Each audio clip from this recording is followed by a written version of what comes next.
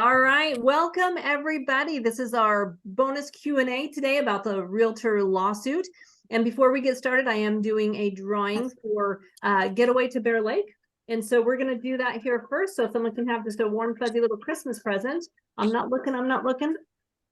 And the winner is Nora Crisfield. I don't think she's on here. All right, well, if she joins, we need to give her a big congratulations that she won the grand prize. I'm sorry, everybody else, you all worked so hard to be in the drawing, but we'll do it again someday. So want to go ahead and get started today.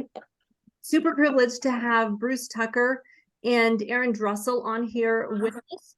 I know everybody has at least read the headlines, right, of the real estate lawsuit. And I really wanted to bring together two people that I felt I can take care of everything. Just rest. Let's go ahead and everybody mute if you can, so that we make sure. I think Tyson, you might have the ability to do that. Get everybody muted so there's no background noise. But I really wanted to bring kind of two people that I really respect in the industry to give us their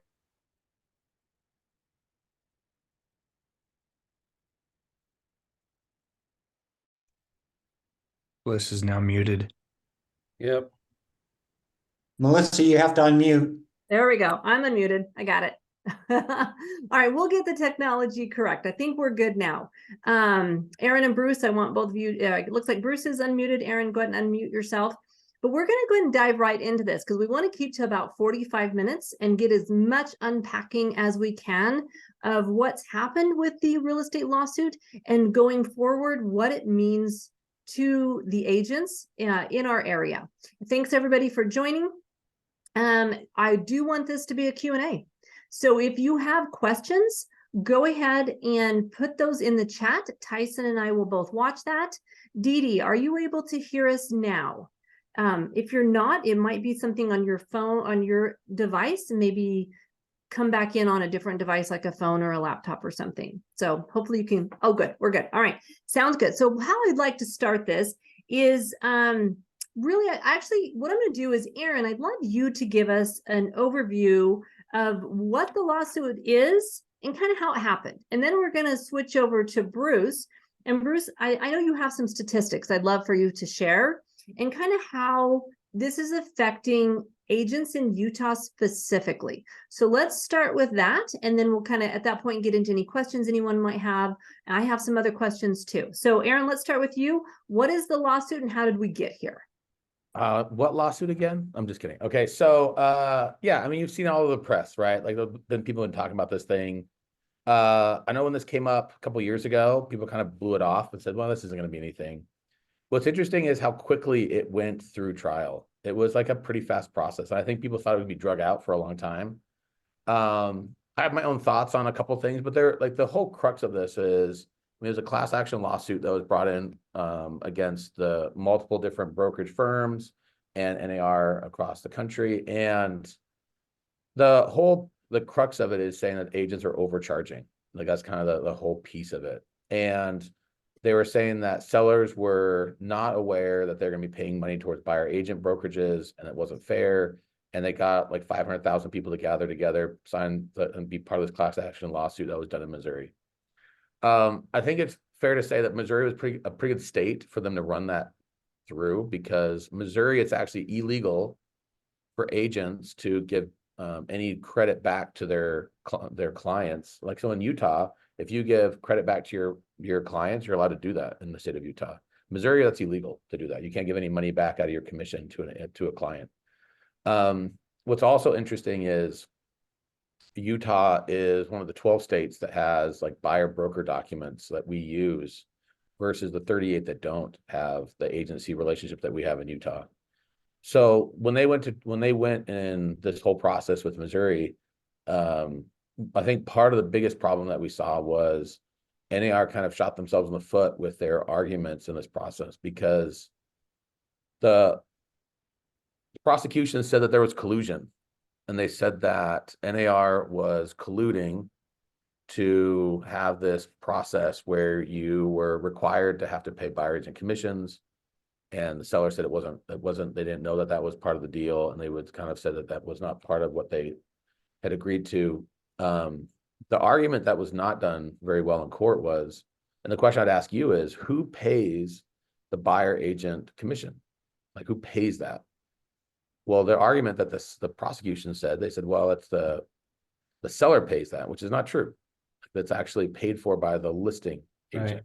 The listing brokerage pays that. But they didn't make that clear in court. And the biggest issue that they ran into was that there was this rule that NAR had that you could not offer, you had to offer some sort of compensation on the MLS. It could be $1 and that was fine, but you had to offer something of compensation as whenever you listed a home. 2 weeks before trial, NAR changed that policy and put it at 0, which pretty much just like set themselves up for. So when they went to trial, the attorney on the other side said, hey, look, see what they just did? They made that change in the rule and they shot themselves in the foot. And that was the argument. And that's how they went through that whole process. So not super impressed by how NAR handled that lawsuit process. But the crux of that process is based upon who pays the commission. Is the seller who pays the buyer agent commission, or is it the listing brokerage? And their whole argument was that the seller pays the buyer agent commission, even though it is clearly in our state contracts. When you look at how our documents are drawn up, it's clear that the listing brokerage is the one who pays for the buyer agent compensation. And it's not that, but that was how the whole trial went through. And now you've got some fallout from that, and we're seeing some interesting things. But that's kind of like the baseline. Bruce, anything you'd add to that? Yeah, I mean, he hit it right on the head, which is, it was conspiracy. It was, if you've ever seen an interview from the lead attorney who represents the plaintiffs, I mean, he truly believes that we as an industry, as a real estate industry, have conspired to drive prices up for 100 years. We've been doing this, some sort of conspiracy theory to make it, not affordable for people to charge more in the transaction. And I think we did a bad job. The industry as a whole did a bad job defending the case as it sits right now. Again, there's other cases that I think have bigger impact that are on the docket right now. I think the bigger one that's coming up, we're probably going to see I think it's the Mueller case, which is coming up here in the next probably January, February. We'll have bigger potential impact to the industry because it expands to a bigger area. I mean, this is Missouri, right? So we know how, for all of us Utahns, we know how Missourians are, how they treat the law. So, this is a very isolated case and it doesn't really affect us yet. But I definitely think the one that's coming up, the Mueller case that's on the docket right now, will have a bigger impact. But yeah, conspiracy is what they believe. They believe we have some crazy way of doing things. So Yeah, one of the things that I found interesting when I was reading up on this is that the jury took 2 hours to deliberate and didn't ask for any clarification or evidence or anything else from the trial. And so this person I was listening to said, there's a good chance that this lawsuit in, what's it called? Rebuttal or Appeal? in the repeal. Yes. Right. So, but that doesn't mean even if this one lawsuit doesn't go anywhere, if there's a ripple effect happening, right? So Bruce, how do you think this is affecting Utah's agent? Because I do love that it seems like our state is really well positioned with our forms and stuff. So what are some stats you have? And then that question of how do you think it's going to affect the Utah agents? Well, I think overall, right now it's more on we're getting questions asked. I mean, I remember when the case was kind of being highlighted before there was a verdict, I went into my office meeting and told all my agents, hey, buyer broker is now is illegal. And I finally got their attention in sales meeting that day. They kind of all freaked out. What are you talking about? And I think that it's right now, it's just kind of on the peripheral. We're not going to see the effects of this case probably for at least 16 to 18 months as it goes through the repeal process. I mean, Home Services of America, which is the parent company, which we belong to, is part of that case still. And we get some inside information about what's going on. And again, we're not even going to see arguments go until just something to some sort of verdict, or whether or not it'll go to onward till May of this year. And then it'll take 14 to 16 months from there to get things going. But so how does it affect us today? I think it's in the conversation. I think it allows us to have better conversations. Again, this next year, 2024, will mark my 30 years in the industry, and I've seen a lot of changes throughout the time. I remember when we first kind of migrated to buyer brokers, and I think we're going to have the ability to really, you know, be able to place our value be able to sell our value proposition to consumers more and have a better conversation. No longer will, you know, the word free services for buyer's agent be part of the vocabulary in the marketplace. And I think, but overall, it's not affecting our transactions, our business one iota. It's just more on the peripheral as people talk about it. I think that some of the things that you have to, you know, when you talk to people about this, because it's something that sellers and buyers want to talk about. I think number one, look, there's not a buyer or a seller who's forced to use a real estate agent. I mean, that's a fact, right? There's not a person on the planet that has to use a real estate agent. In fact, in most markets, somewhere between 18 to 17 to 20% of the market doesn't use an agent. So how can you get to a conspiracy factor when the market's wide open? I think what we talked about is Utah's position really, really well, because we've been doing buyer broker and our process has been in place for 15 plus years. And we're positioned really, really well to handle, I think, any sort of fallout because of the way that we've done business. I think the other truths that are out there is that, you know, if the driving force is that we're trying to protect the consumer, if that's what this whole lawsuit is about, making a better process, a better system. I don't know if this does. I think if you eliminate the long-term effects of eliminating buyer brokerages or brokers agreements, or being able to be a buyer broker, I think is a disservice to the consumer. And also shifting the fees that traditionally listing agents have, or listing brokerages have paid to a buyer's brokerage to pay, potentially pushes some of the people out of the marketplace that can't afford to buy a home. I think that's actually a really good point. And I listened to an interview with David Stevens, who has a very illustrious career in the mortgage world over the past 30 years. And he's actually been called as an expert witnesses in pretty much every one of these trials.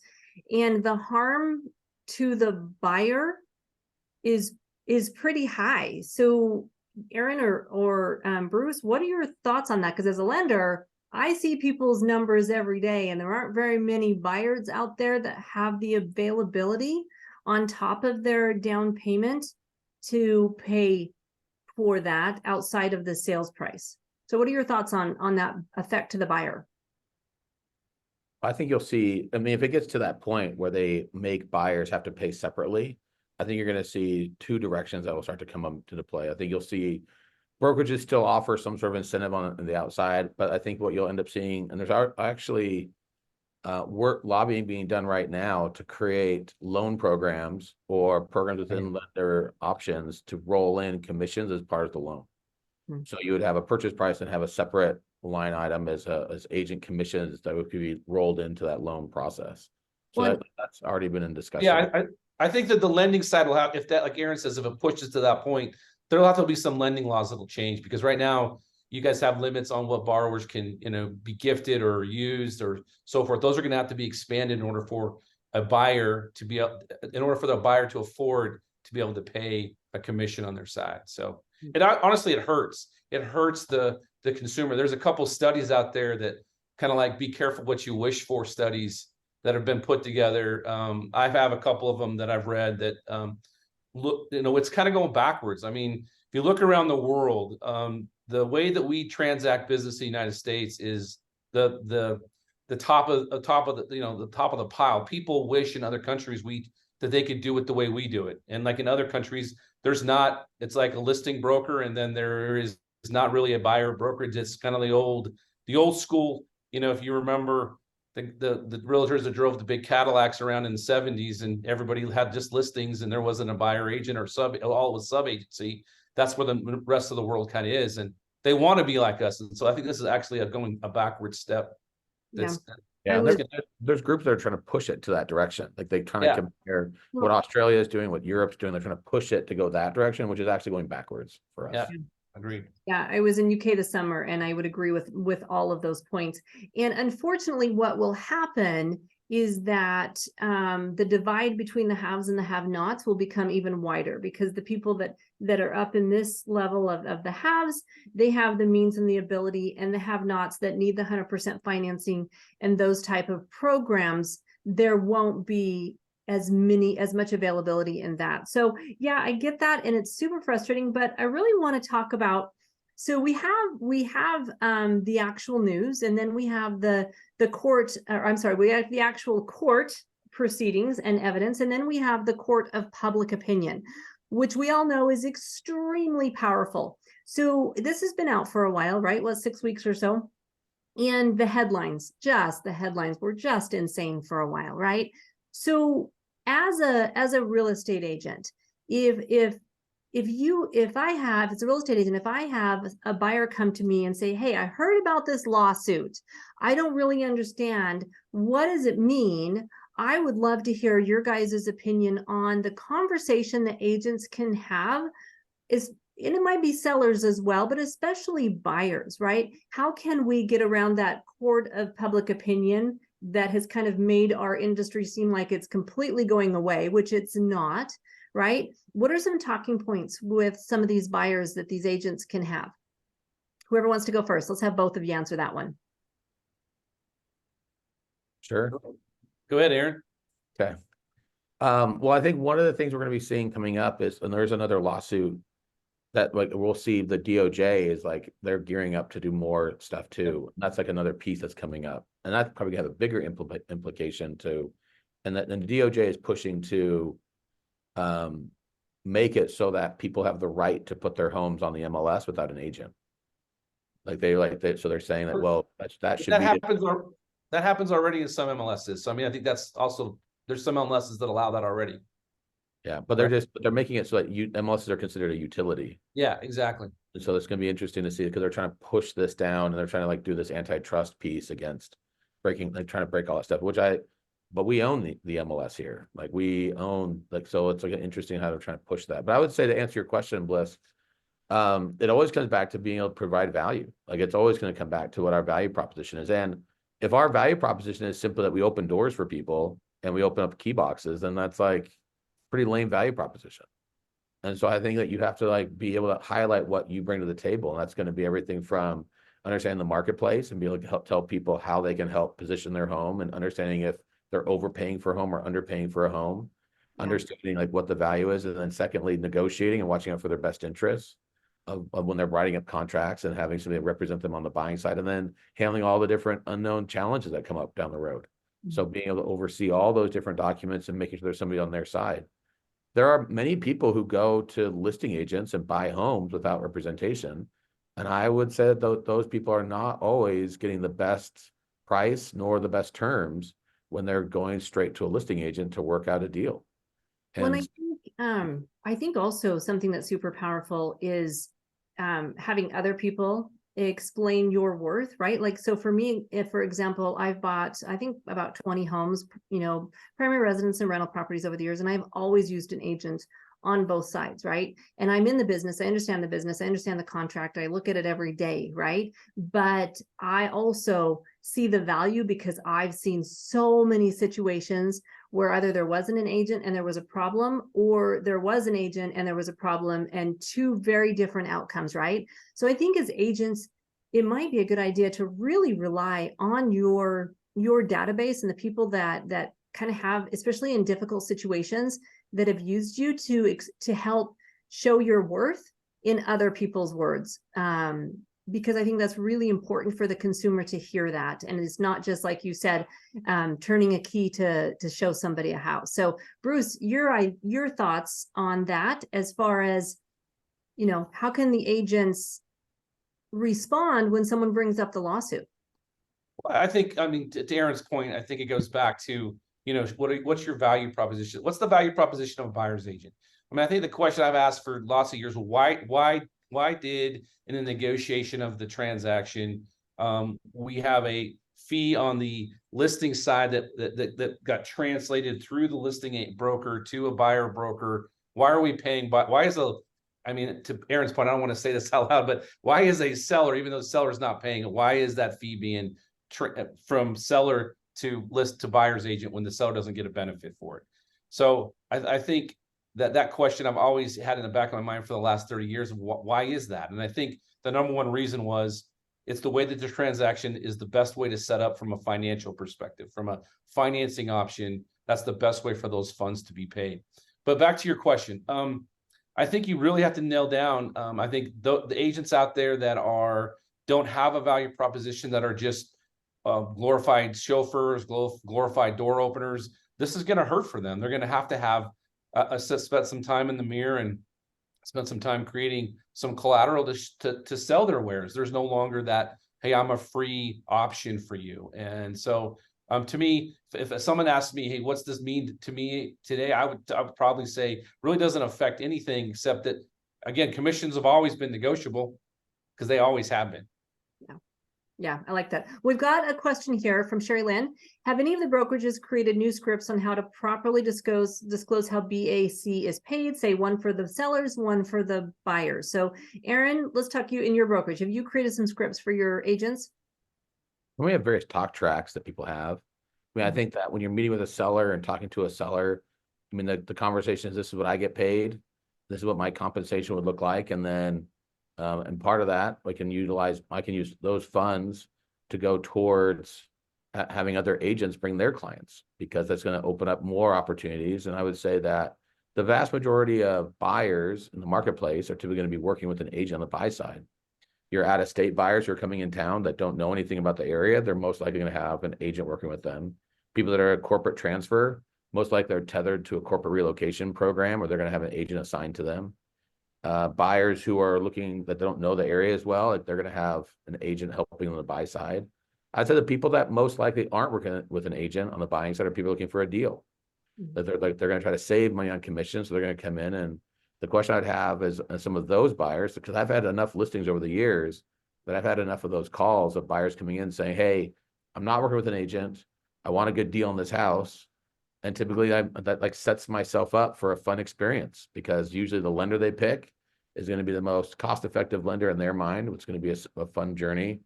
And they're going to usually find like the most like ridiculous inspection process, because they're going to be like, if you've ever sold anything on KSL, and you've tried to sell something to like the buyers who come and play on KSL, it opens you up to like an amazing assortment of buyers who, like, I would say that if I'm trying to get top dollar, I don't put it on KSL and expect to get the top dollar from some of the buyers who come and play.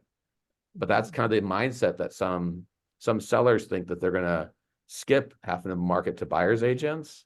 You're going to get a different type of buyer sometimes. And Yeah. so, I agree. Bruce, what's your thought? Do you have scripts for your agents that you Sure. share? You guys Yeah, done- we're happy to share it to anybody. We have scripts and also lots of we'll call buyer value propositions. Why use a buyer's agent? What are the advantages of a buyer's agent? What does a buyer's agent do? So yes, definitely. I think, and again, as far as commission goes, we use our own buyer broker agreement. And our buyer broker agreement is a fee that we've established. It is completely negotiable, but we have a standard in our firm. And that fee says, hey, you're going to pay us this. It doesn't say you're going to pay us this, or we'll just take what's on the MLS. It's a set fee because we value what we do. And I think that's more of the conversation that needs to be had versus, I'm going to get paid by somebody else. I'm going to get paid by you in the transaction because I provide value to you as a buyer. And so if you're afraid to have those conversations, hey, the world's going to be a different place for you going forward. Right. Well, and I actually had someone ask me to ask a question on this, because they're going to have to listen to the YouTube later, but they were curious these are some huge dollar amounts on these settlements. Like, we're talking in the millions and billions, right? And they're just wondering, will that trickle down to individual agents having to pay back commissions? And I don't know the answer to that. I'm super curious too. What could that trickle down to mean for, I get it with companies, right? And hopefully the companies have deep pockets, but what about, say, brokers? What about you individually, Bruce or Aaron? And then what about an individual agent that 5 years ago charged a buyer charged a seller 3% for the buyer's side? So Aaron, do you have any thoughts on that? well, the thing to keep in mind is that this lawsuit is, when they pitch it as it's like watching out for the consumer, it's just a money grab. 100%. The attorney fees are 40%. The attorneys that are collecting this, that's what their fee structure is. Their industry. So, I mean, like, it's funny that they're the ones who are talking about like collusion and talking about like, we're the ones who are running up the tab when they're collecting a 40% fee on this process. Now, NAR probably has, with all their assets and funds and everything else, they're probably worth about $1 billion. The settlement, or there hasn't been a settlement, like that came out to be 1.7 billion, I believe it was, which the type of the type of judgment, it actually multiplies that. So really it's like a $5 billion fee that is like, that has to be collected.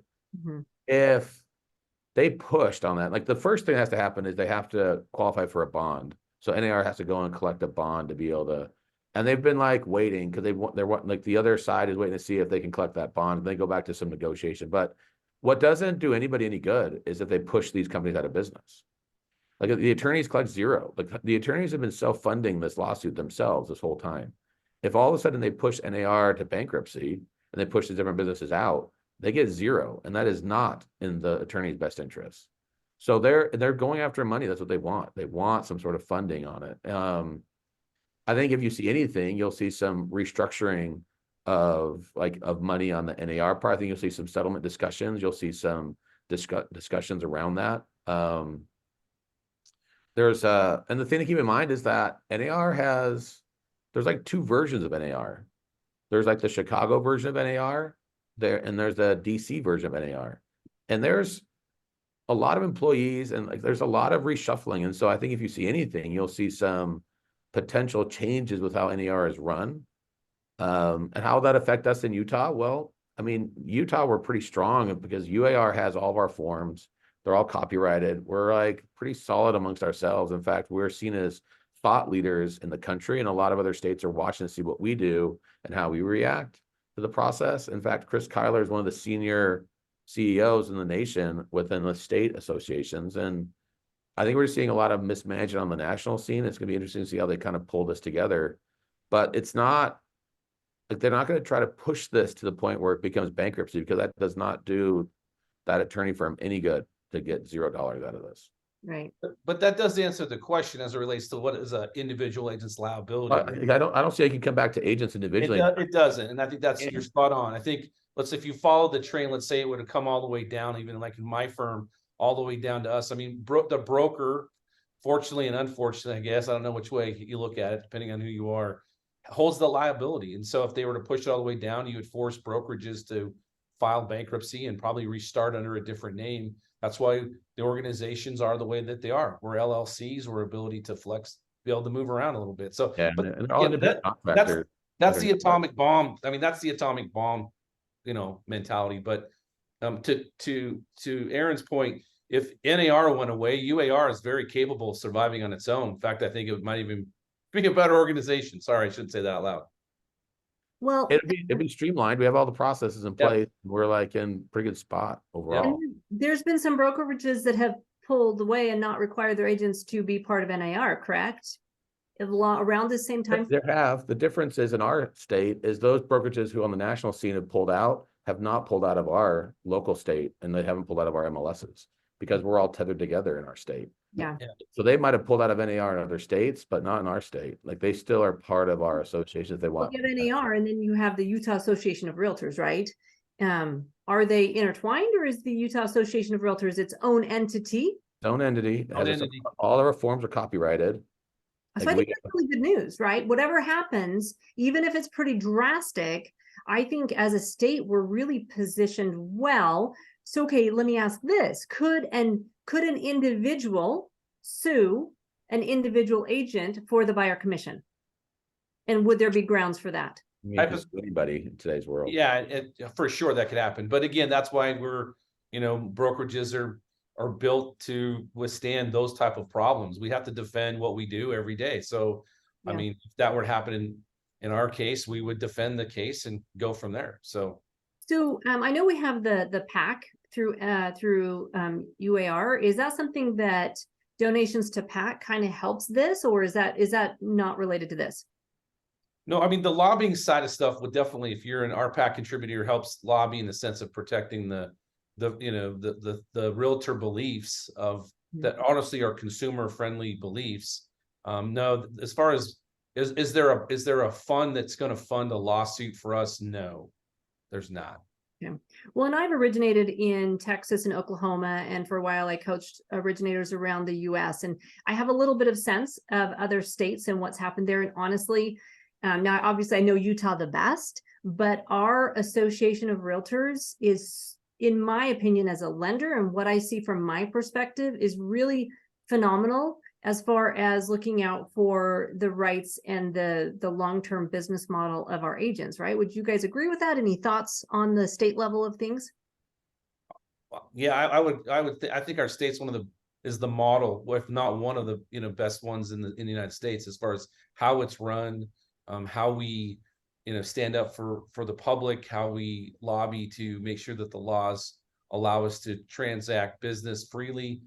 We keep government out of the way, and I think that's why our, Utah's a great place to live, and that's why people are coming here. I think, generally speaking, it's a very business friendly environment. So yeah, and it's really forward thinking in the sense that, I mean, when COVID started in the very beginning, there were states that locked down real estate.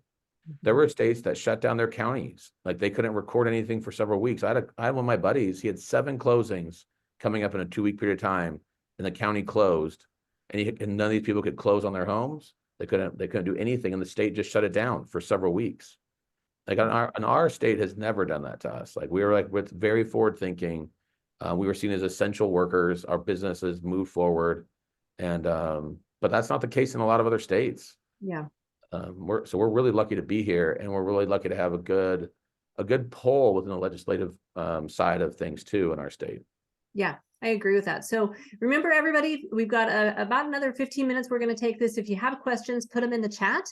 But I would love to hear, Bruce, let's start with you. What's the potential good?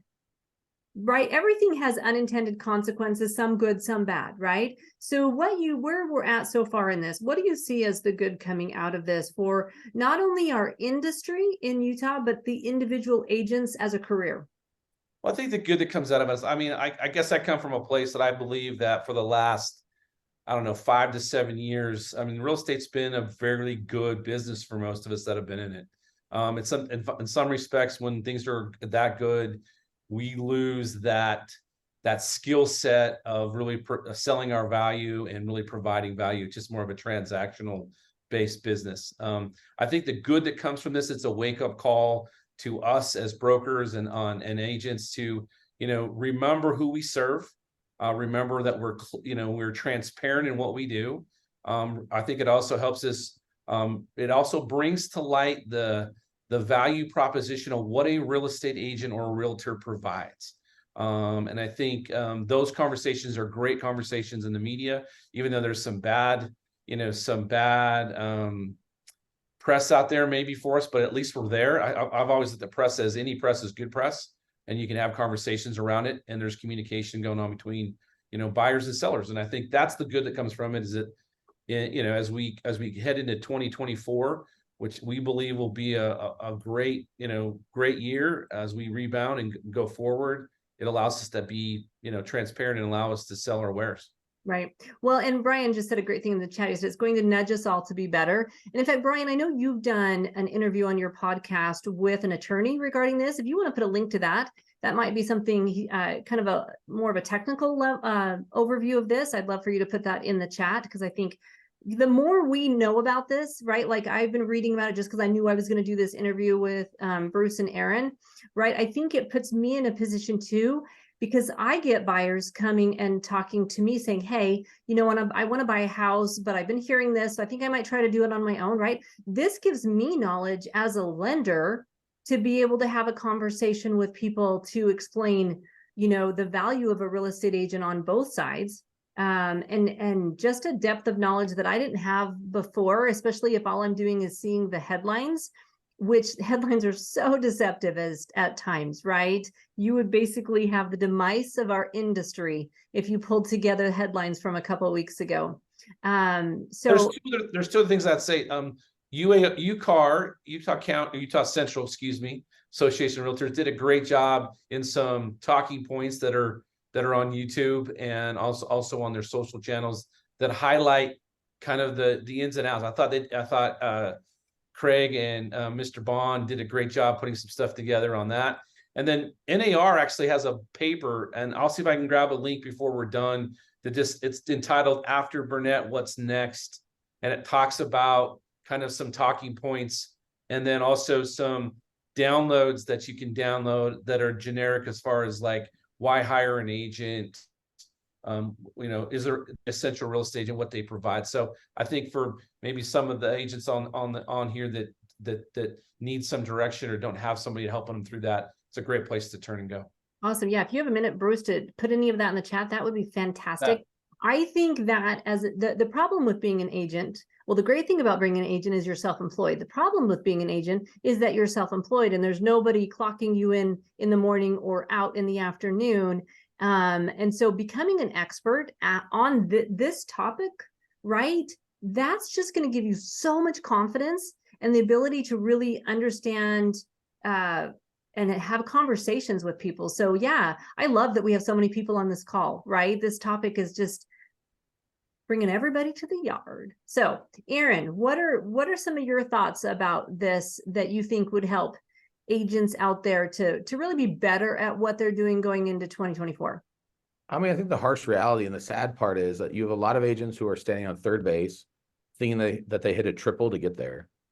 Because in the last couple of years, like they've just like all of a sudden had success because they just showed up. And you're going to find that they're actually on third base because of a passed ball and they stole second. They kind of got to third base. They didn't really hit a triple. Oh, and, it's mortgage people too, right? Let's you just get a lot of people who have like, they've gotten trophies, but they're more like participation trophies because they just participated in a market that allowed them to be successful. And there are a lot of people who were successful the last couple of years. In fact, we all had banner years. A lot of us did. It was an amazing time for a lot of us to be in the industry. But the challenge now is going to be a lot of the things that we did at the pace that we did it and the amount that we did it in is not going to give us the same results in the future next year than the year after. It's going to go back to it's going to look a lot like work. Like it's going to be less and less like a HG show. It's not going to be like some selling something in whatever city you want to be. It's going to look different, right? It's going to look like a lot like a hard hat and a lunchbox. Like you got to show up to work.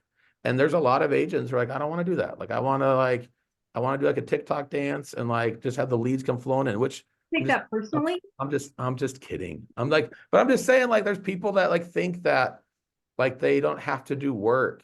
Right. Like it's just going to show up because they just did it. I mean, good night. You could sell a house 2 years ago. You could have like the wrong sign up. You could be upside down and written in Chinese and you have the wrong phone number and buyers would have still found you. Yeah. They would have still bought that house and overpaid for it. Like it, I like during and that agents blasting all over social, like, look what I did. I like 83 people through my open house, and I even have to, and it was like, whatever. Like they were just like, and they just thought they had it all figured out. And then all of a sudden the market now is different.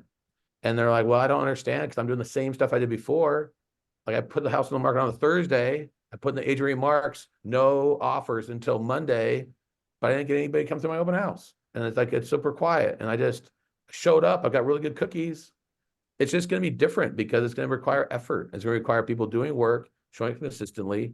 And that's going to be really uncomfortable for some people. Like, it's just not going to, they're like, I don't know if I want to do that. Yeah. Like, I'm going to go back to how it was. And I'm going to wait for the market to get back that way. Yeah. It's going to be it's going to be a harsh reality for some people who got in the business the last couple of years to realize it's not always like that. Yeah. It's going to be different.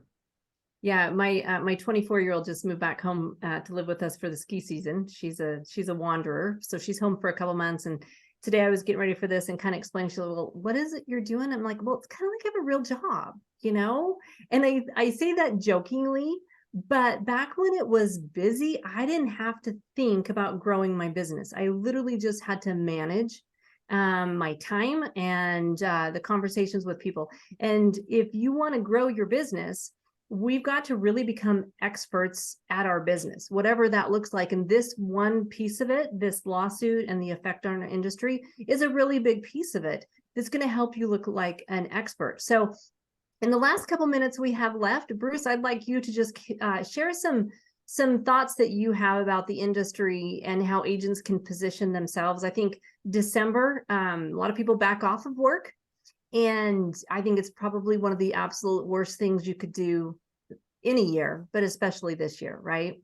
Agreed. Yeah. I mean, I think I've always been, for those that have been around me for the years that I've been in the business, December is probably one of your best years or best months to really crank and get things done. If you can set December off right, you'll have the next year will be great. I challenged our agents last 20 days ago to have the best 20 days of their career by doing things on a daily basis. So I think if I'm coaching agents, what I'm saying every day is it's daily grind. It's getting up, having a good daily routine, getting to a place where you can work, making your texts, making your calls, doing your cold calls, doing your warm calls, doing your SOI stuff. You got to do some posting on social because that's where eyeballs are. But it's like Aaron said, it's putting on your boots and your hat and your gloves, and you're going to work every day. And I think if you can set that up for, right now, I think this is a great time. People are, from a contact perspective, if we're a contact, business and a contact sport, this is a great time to contact people that are expecting to be there. So again, it's a grind. It's every day, all day. So, but I also think it's a good time to refresh. Again, I would say start with a business plan and have some dreams and your goals and your wigs and all the things that you need to have in your life to motivate you, and then just go to work, get after it every day. I like that. I know Shauna Briggs is on this call today, but she's also out delivering her drop-bys. So impressive, Shauna, that you were able to jump on. So perfect example of doing the right things. So Aaron, let's have some words of wisdom for you before we wrap this up. I love what Bruce said. But you said goals, and did you say wigs or wins? Was it Wigs. It was wigs? Wigs. Yeah. Goals and wigs. I love it. That makes Your wig. I need to know this. Yeah. Wigs, wildly important goals. It comes from Yeah. Yeah, it's great. the book. I just spaced it. No, I love it. I just thought you were like, that's good. Well, for you, maybe a wig would be good, Aaron. I'm not sure. I know that's what I was trying to see. Like I see what you're trying to say there, Bruce. I got good hair, bro. I got it.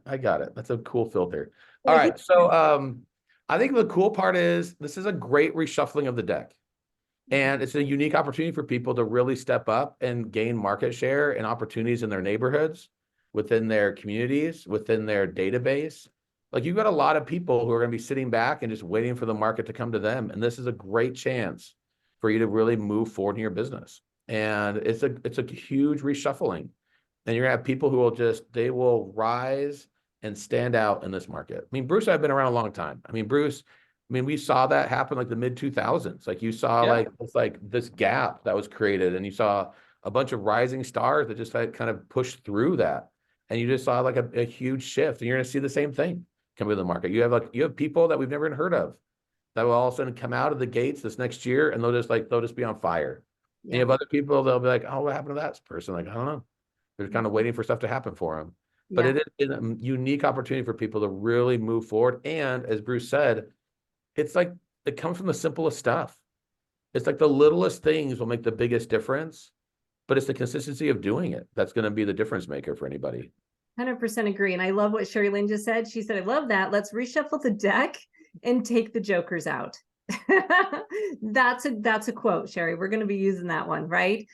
I personally love this industry. I'm 32 years in, and I joke I don't know how to do anything else, so I'm just stuck here, but that's not the truth, right? The truth is, this real estate industry is just such a blessing to so many people. And I don't mean just a blessing to my bank account or my ability to live the life I want to live. I mean, it's a blessing to all the people that we touch, right? I have clients that I'm now helping their children, and I have these relationships with people that I've had, for years. I've been on vacation. I've slept with Angie Evans. I don't know, if she still likes that joke or not, but, a lot of people have.